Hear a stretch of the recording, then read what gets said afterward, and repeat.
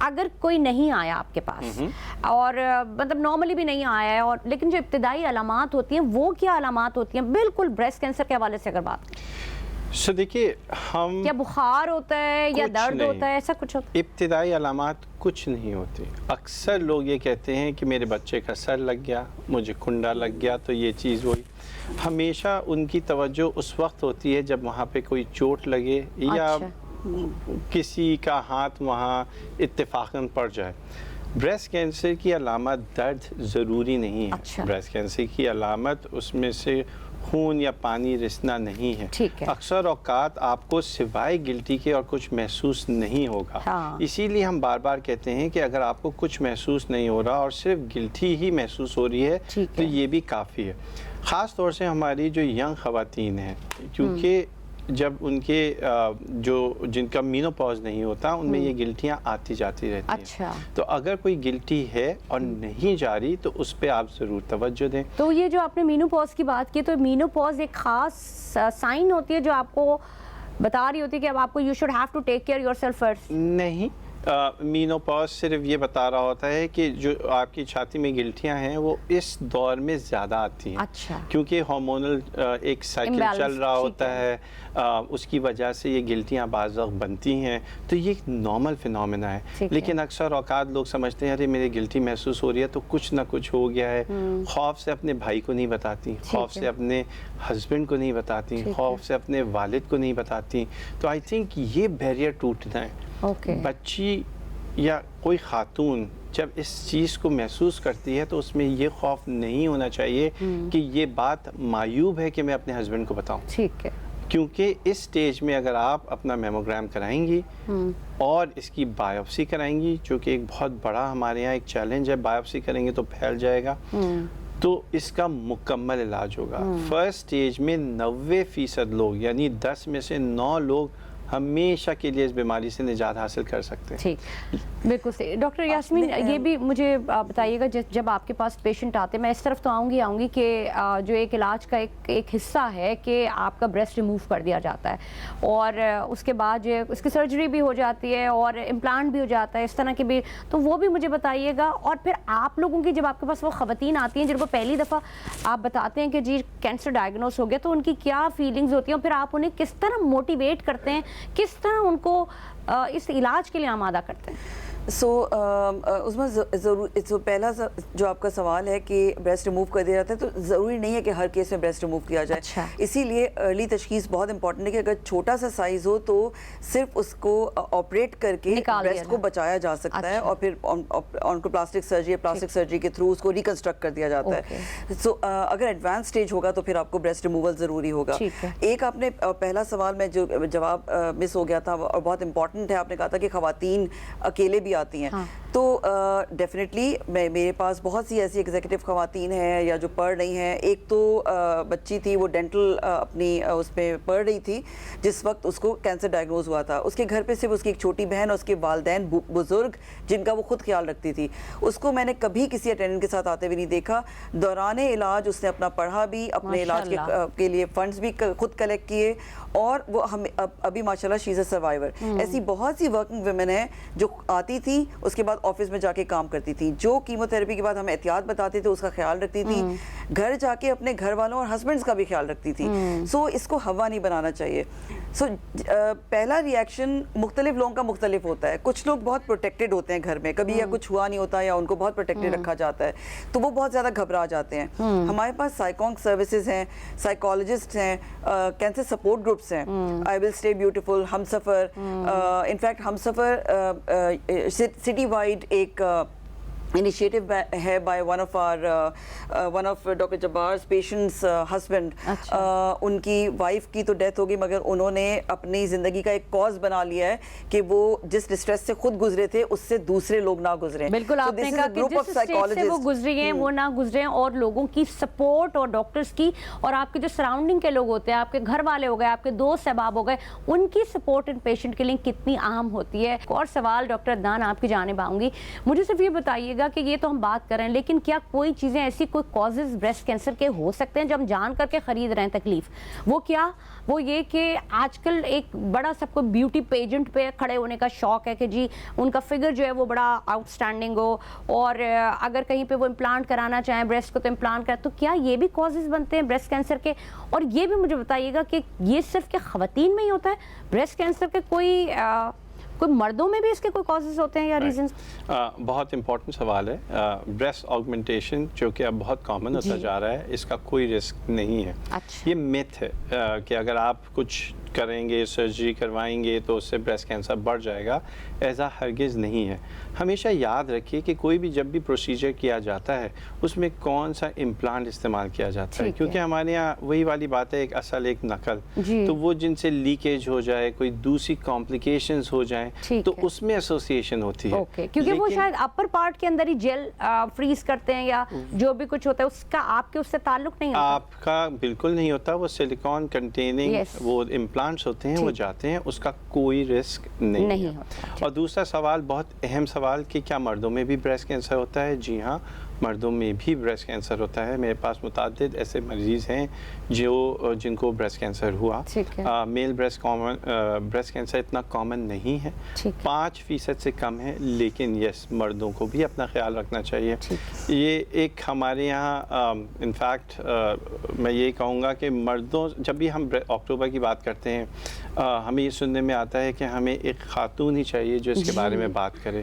وہ یہ بھول جاتے ہیں کہ مردوں میں بھی بریسٹ کینسر کا رسک ہے. وہ یہ بھول جاتے ہیں کہ یہ جو ہمارے یہاں ایک کلچرل ہے کہ مردوں کو انوالو نہ کیا جائے، اس کی وجہ سے بہت سی خواتین اپنے بریسٹ کینسر کو لے کے بیٹھی رہتی ہیں. میں یہی بات آپ کے اپنے ناظرین سے کرنا چاہوں گی کہ یقین جانیے، آپ بات کیجئے اپنے گھر میں اپنے پیرنٹس سے، اپنے ہسبینڈ سے، اپنے فادر سے، اپنے بھائیوں سے. اگر آپ کو کوئی بھی چیز ایک اب نارمل فیل ہو رہی ہے، اور چاہے وہ مرد حضرات ہوں چاہے وہ خواتین ہوں، کیونکہ بر وقت علاج بڑا ضروری ہے، اس کے اوپر ہم بات کر رہے ہیں.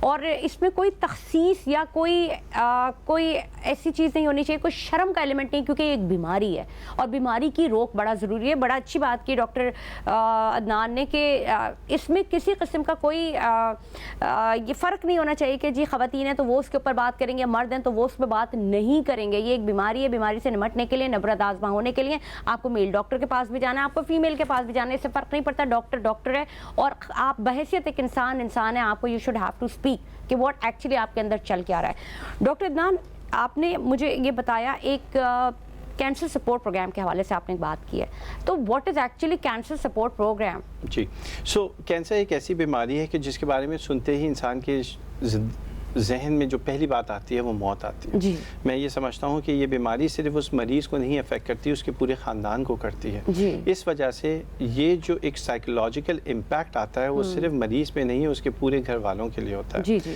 جو کینسر سپورٹ پروگرامز ہیں، جیسے ڈاکٹر یاسمین نے ابھی 2 نام لیے، ایک آئی اسٹے بیوٹیفل ہے، یہ خواتین کے لیے، یہ ان مریضوں کے لیے جو خواتین اپنے بارے میں تھوڑا زیادہ سیلف اویئر ہوتی ہیں. جب آپ کو اس قسم کی سرجری ہوتی ہے جس میں آپ کا ایک جسم کا بہت امپورٹنٹ اعضا ہٹا دیا جائے، تو ایک بال گر جائیں تو آپ کو اپنے اوپر، آپ کو آئینہ، بعض لوگ آئینہ دیکھنا چھوڑ دیتے ہیں. جی.